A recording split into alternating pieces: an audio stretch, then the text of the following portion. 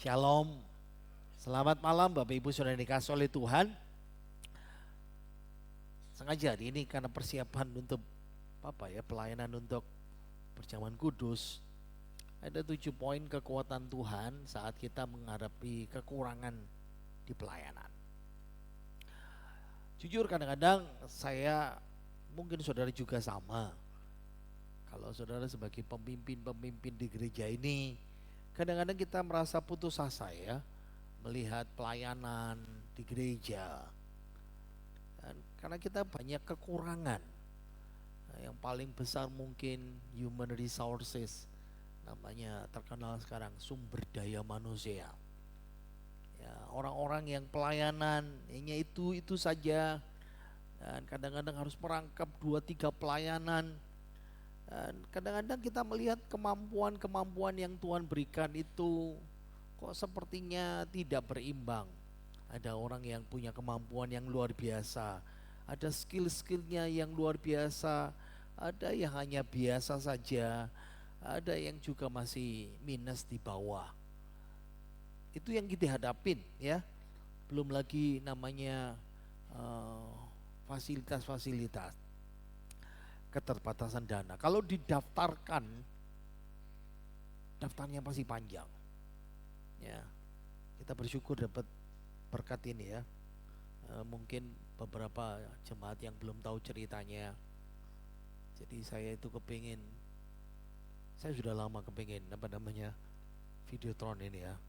Kalau bisa ada Videotron di gereja, kalau pelayanan ke gereja-gereja lain. Saya berkata sama Tuhan, pokoknya harus punya Tuhan. Itu doa saya. Dan ketika saya dapat channel 20, ini harganya ada 2 pilihan ya. Kelas yang paling bagus seperti ini berapa Pak? Kita bayar berapa? 82 atau 83? 82, 83 setengah lah gitu. Kalau yang murah 67 juta yang kelas 2. Saya pikir mau beli yang kelas 2, puji Tuhan ada tawaran bayar 20%, sisanya 80% dicicil. Saya pikir ini cara Tuhan memberkati kita. Ya, saya dapat kado hadiah ulang tahun, dikasih uang 10 juta saudara, serius. Suruh beli sepatu ya, dari ipar saya yang di Kolaka di sana. Cecang tuh kakak ipar, beli sepatu. Sama Cilani, saya sudah ngomong sama istri saya, beli sing murah. Tapi yang di sana itu bilang harus beli yang mahal. Ya, akhirnya kami beli dan saya hitung-hitung ini susuin 6 juta. Nanti sepatunya saya pakai buat Natal. Jangan diinjak saudara, itu gratis saudara ya. Dan saya mulai mau ambil celengan, saya hitung uang mukanya 14 juta. Sisanya mesti dicicil 2 juta sekian. Saya mau nyicil 1 juta lah paling enggak. Tapi cara Tuhan itu, ipar saya yang di sana itu, waktu saya liburan lebaran di Bandung, saya bilang sama dia, gereja Pucang harus beli yang seperti ini, karena kami ke gereja hari Minggu waktu itu lebaran ya. Amin Jejang. Lalu dia berkata, gak usah nyicil, saya kasih uang, beli cash ini, grass, luar biasa ini. Tapi kalau kita bandingkan dengan rumput tetangga, ya toh, gereja lain maksudnya, kadang-kadang kita melihat keterbatasan itu luar biasa ya dari pelayanan kita. Jangan memikirkan bahwa gereja kita saja, gereja lain juga Pak sama. Ada satu nats kebenaran firman Tuhan kok nggak jalan. Ada satu nats kebenaran firman Tuhan, poinnya tolong klik, nggak bisa jalan, itu sudah dikasih di belakang kita. Ayo kita baca 2 Tawarik pasal 20 ayat yang ke-12, versi firman Allah yang hidup. 2, 3. Kami tidak sanggup melindungi diri terhadap serangan pasukan yang demikian besar jumlahnya itu. Kami tidak tahu apa yang harus kami lakukan, tetapi kami berharap kepadamu semata-mata. Amin. Ini suatu ketika Raja Yosafat, raja yang takut sama Tuhan ya, raja yang hormat sama Tuhan, raja yang betul-betul punya rohani yang baik. Suatu ketika Tuhan izinkan bangsa Moab bangsa Amon dan ada pasukan Meunim, jumlahnya lebih dari 1 juta, mengepung mereka. Dan mereka tahu tidak ada artinya tentara mereka, tidak ada artinya sumber daya mereka, tentara mereka kalah kuat, kalah dalam jumlah, kalah dalam strategi, dan kalah semuanya. Seperti inilah kadang-kadang hidup kita, kadang-kadang kita seperti ini. Tapi yang luar biasa, ini suatu doa. Nah, seharusnya ingat ya, balik lagi ya, poin yang pertama, kok nggak bisa jalan ini ya. Nah, 7 poin kekuatan Tuhan. Nah, ingat, dalam bagian yang kedua ini dikatakan ketika kita tidak sanggup, kita datang sama Tuhan. Itu penting sekali dalam kehidupan kita. Tapi yang berikutnya adalah Ibrani 11 ayatnya yang ke-6a. Kita baca dulu. 2, 3. Tetapi tanpa iman tidak mungkin orang berkenan kepada Allah. Nah, ingat, kita ini melayani Tuhan. Kita ini melayani di gereja. Melayani seperti kepada Tuhan. Dimanapun Tuhan tempatkan kita ya. Saya khotbah di sini, saya tahu Tuhan bukan saja saudara yang dengar, Tuhan juga sebagai pendengar saya. Saya hati-hati mesti berkhotbah. Nah, saudara pelayanan gitar, bass, saudara pelayanan kolektan, saudara juga bukan melayani manusia, kita melayani Tuhan. Makanya kita butuh namanya iman. Kenapa? Kadang-kadang kita lemah. Apalagi kalau saudara koordinator ya. Kayak hand, pelayanan hand. Nggak ada singernya ini. Ya, gimana kolektannya, gimana asarnya?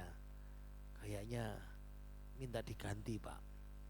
Kadang-kadang itu yang membuat kita lemah ya. Tapi ingat, Tuhan ngajarin kita punya iman seperti itu. 2 Korintus pasal 5 ayat yang ke-7. Kita baca 2, 3. Sebab hidup kami ini adalah hidup karena percaya, bukan karena melihat. Ingat ya, kadang-kadang kita menghadapi sumber-sumber daya yang kurang dalam kehidupan kita, dalam pelayanan kita ini. Wow, satu hal yang kita percaya, Tuhan pasti tidak diam. Satu hal yang luar biasa dalam kehidupan kita ini ya. Ayo kita beri saja lagi. 1 Korintus 1 ayat yang ke-27. Ayo kita baca 2, 3. Tetapi apa yang bodoh bagi dunia dipilih Allah untuk memalukan orang-orang yang berhikmat. Dan apa yang lemah bagi dunia dipilih Allah untuk memalukan apa yang kuat. Saya mau bicara sederhana seperti ini. Tuhan itu kadang-kadang memanggil kita untuk melakukan suatu tugas-tugas pelayanan yang seperti yang tadi dia bilang. Banyak limit, banyak keterbatasan, banyak kekurangan, dan kita katakan mustahil itu dilakukan. Tapi kita ingat ya, saat kita tidak merasa mampu lagi, dengan iman kita, Tuhan pasti bekerja melebihi apa yang kita lakukan. Iman dalam pelayanan ketika menghadapi kekurangan-kekurangan itu. Ingat ya, Tuhan Yesus memuliakan kita dengan melakukan sesuatu yang luar biasa buat Kristus. Lewat apa itu? Namanya kekuatan itu. Memang ingat ya, seperti saya bilang tadi itu, kadang-kadang kita lihat rumput tetangga, kita lihat gereja lain, kita kecil hati. Sama seperti ayat ini. Tetapi apa yang bodoh bagi dunia, sepertinya gereja kita ini gak ada artinya ya. Sepertinya tidak sebanding, tidak ada apa-apanya dalam segala-galanya. Kalau kita memikirkan tentang kekurangan-kekurangan sumber daya itu, saya mau bicara sederhana nih. Pikirkan ketika tokoh-tokoh Alkitab itu dipanggil oleh Tuhan menjadi alatnya untuk melakukan tugas yang berat, tugas yang mustahil. Sepertinya mereka berkata, jangan saya Tuhan. Sepertinya itu sia-sia. Betul-betul sia-sia. Tapi yang saya suka ialah, balik lagi nih, Tuhan bilang, layani dengan iman. Berjalan dengan iman. Kadang-kadang ingat ya, Abraham, saya kasih contoh. Abraham dipanggil Tuhan. Kejadian pasal 12. Pergilah dari negerimu, dari sanak saudaramu ke negeri yang tunjukkan kepadamu. Aku akan memberkati engkau, membuat namamu besar. Engkau akan menjadi bangsa yang besar. Kamu dan olehmu kaum di muka bumi akan mendapat berkat. Abraham hanya dengar firman itu, tapi dia terima itu dengan iman. Sampai dia eksplor, menempuh perjalanan bertahun-tahun, belasan tahun, puluhan tahun, sampai dia masuki dengan iman untuk sesuatu yang kejutan-kejutan yang tidak pernah dia ketahui. Sama seperti Daud. Ya, siapa Daud itu? Cuman gembala. Bagaimana dia bisa mengalahkan raksasa? Bagaimana dia menjadi jenderal? Bagaimana jadi raja? Sama seperti Daniel. Daniel itu ketika muncul dalam kitab Daniel itu umurnya 17-18. Bagaimana anak muda seperti ini bisa menggoncangkan dunia pada waktu itu? Sekarang saya mau bicara kehidupan kita. Ketika kita mau pelayanan, ketika kita memahami panggilan kita, ketika kita tahu bahwa Tuhan telah menunjuk kita waktu melayani, jangan kecil hati. Kadang-kadang kita sendiri saja tidak paham. Kenapa harus begini? Kenapa harus kurang seperti ini? Kenapa harus menghadapi seperti ini? Bahkan orang lain pun kurang bisa memahami juga. Kita sudah mulai paham, tapi orang lain tidak bisa paham. Dan kisah-kisah dalam Alkitab, ketika Tuhan sering membangkitkan seseorang di dalam pelayanannya, masuk dalam pelayanannya seperti Musa, saya kasih contoh ya. Dia tidak bisa melihat hasilnya secara langsung. Padahal panggilannya sama. Si A, si B, si C, si D. Sama seperti kita. Makanya kadang-kadang ketika menghadapi keterbatasan, Musa merasa Tuhan salah pilih lah. Cocoknya itu kakakku Harun. Aku ini tidak bisa ngomong. Sapa aku 5 kali. Tapi ada satu kesamaan yang luar biasa yang saya temukan di sini adalah mereka itu semuanya satu. Abraham, Ishak, Yakub, Musa, ya sebutin semuanya itu, Daud, Daniel, semuanya bertahan. Semuanya bertahan. Setia berdiri walaupun ketika melihat segala-galanya sepertinya runtuh di depan mereka. Butuh kesabaran dan kesetiaan ketika kita menghadapi keterbatasan itu. Bahkan sepertinya kita harus seperti berdiri seorang diri. Ada 7 poin ya kekuatan. Saya ambilin dari kisah pelayanannya Musa ya, Nuh, Abraham. Ingat ya, mayoritas mengatakan bahkan melemahkan, gak bisa dilakukan. Bagaimana 8 orang seperti Nuh harus bangun batra yang super raksasa besarnya, binatang-binatang di seluruh dunia yang halal 7 pasang, yang haram 1 pasang, dan semuanya harus muat di batra itu. Tuhan, bisa nggak Tuhan bikin gini aja, 1 puncak gunung biar tidak repot-repot. Kita pindah di sana lalu Tuhan kirim banjir, kan selesai. Semua orang menertawakan si Nuh itu. Dan kadang-kadang kita juga merasa seperti itu ya. Yang kedua, kadang-kadang kita merasa bahwa kita tidak memenuhi syarat. Beda. Loh, aku ini beda lah sama si dia. Aku ini beda sama orang itu pintar. Oh ini orang yang hebat. Oh, aku ini bukan siapa-siapa. Ingat ya. Ayo baca ini. 2, 3. Tetapi apa yang bodoh bagi dunia dipilih Allah untuk memalukan orang-orang yang berhikmat. Dan apa yang lemah bagi dunia dipilih Allah untuk memalukan apa yang kuat. Ingat ya. Kadang-kadang kita merasa bahwa sumber daya kita nggak tercukupin. Kadang-kadang saya tahu musik kepingin ganti ini itu, mesti lapor dulu ya. Lain sama gereja gede, tinggal ganti, tinggal minta bon, selesai. Ya. Walaupun saya pendeta, mic saya rusak, saya ngomong sama majelis, beliin aku mic opo, tak minta uang kas sosial. Kenapa saudara ya? Karena sumber daya kita terbatas sekali. Ingat ya, kadang-kadang apa yang kita lakukan itu tidak masuk akal secara rasional. Tadi lagi ceritanya Nuh.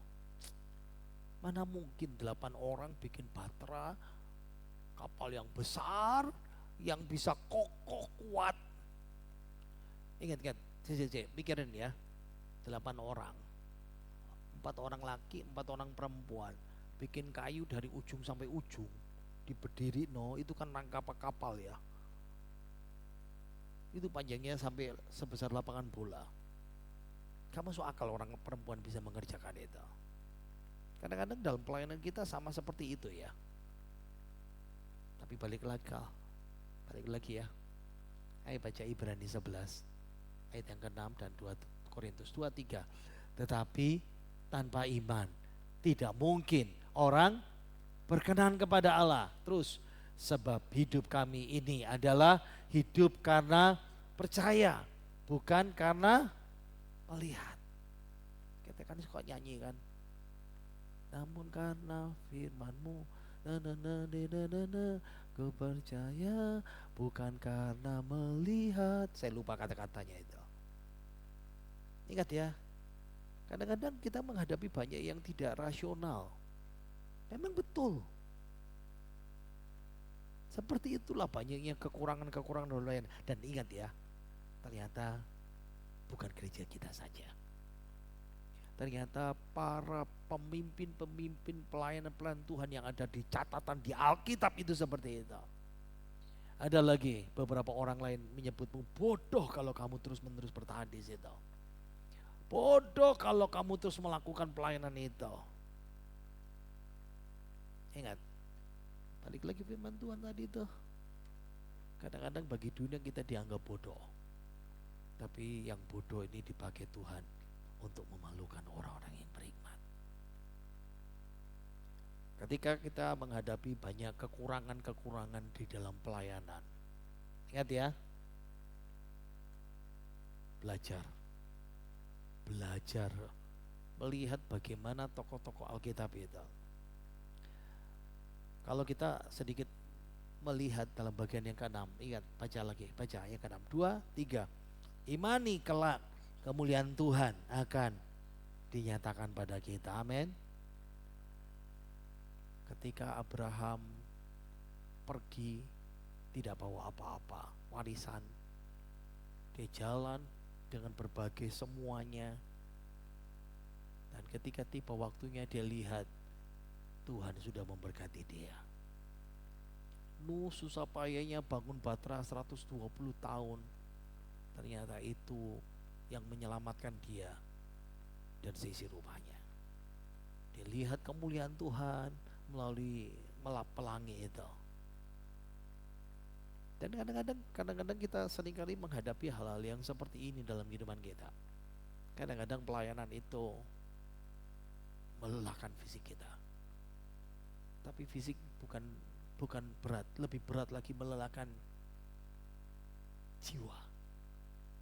Tekanan, masalah.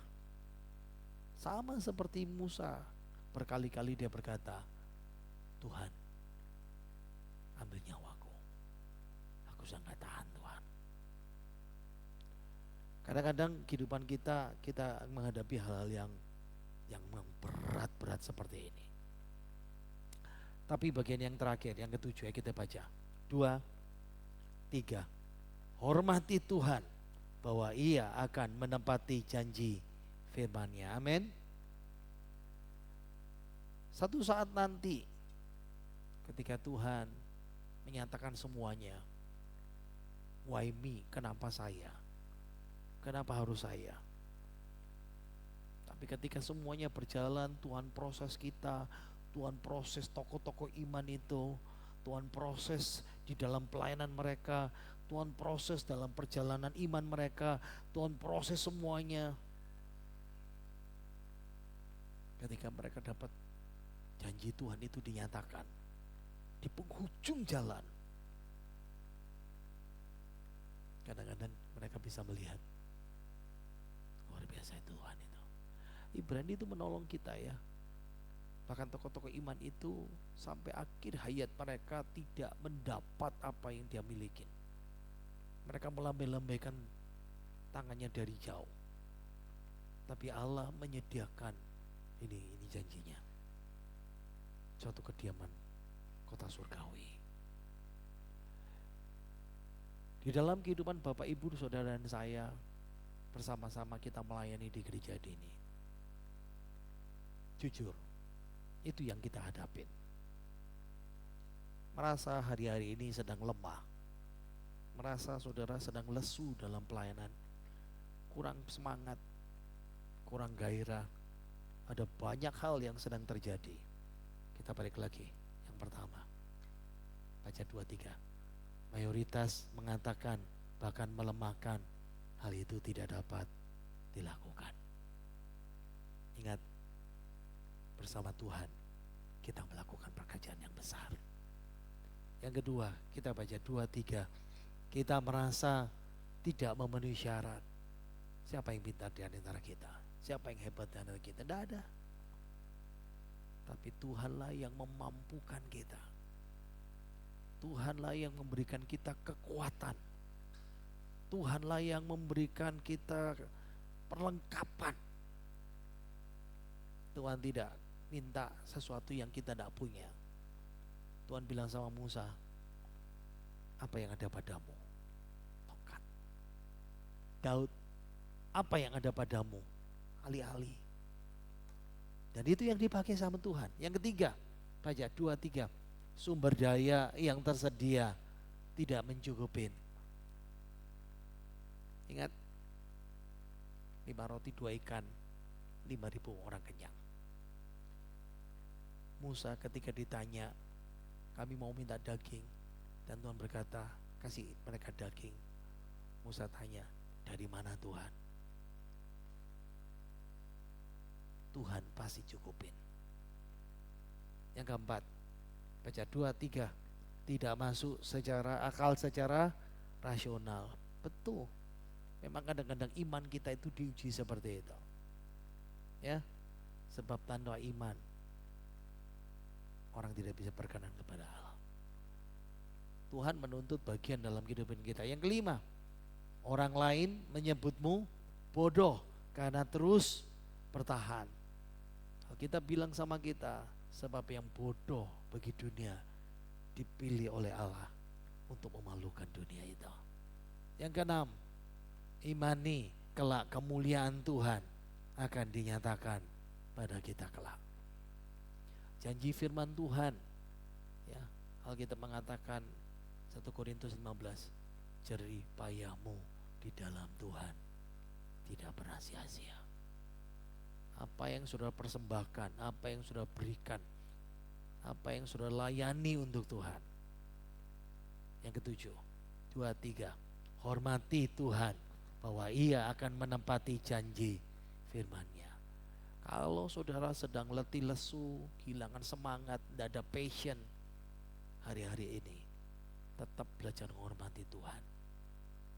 Jangan patah semangat, jangan merasa jangan lari, jangan mengabaikan. Di tengah-tengah keterbatasan pelayanan kita, firman Tuhan selalu memberikan kita kekuatan.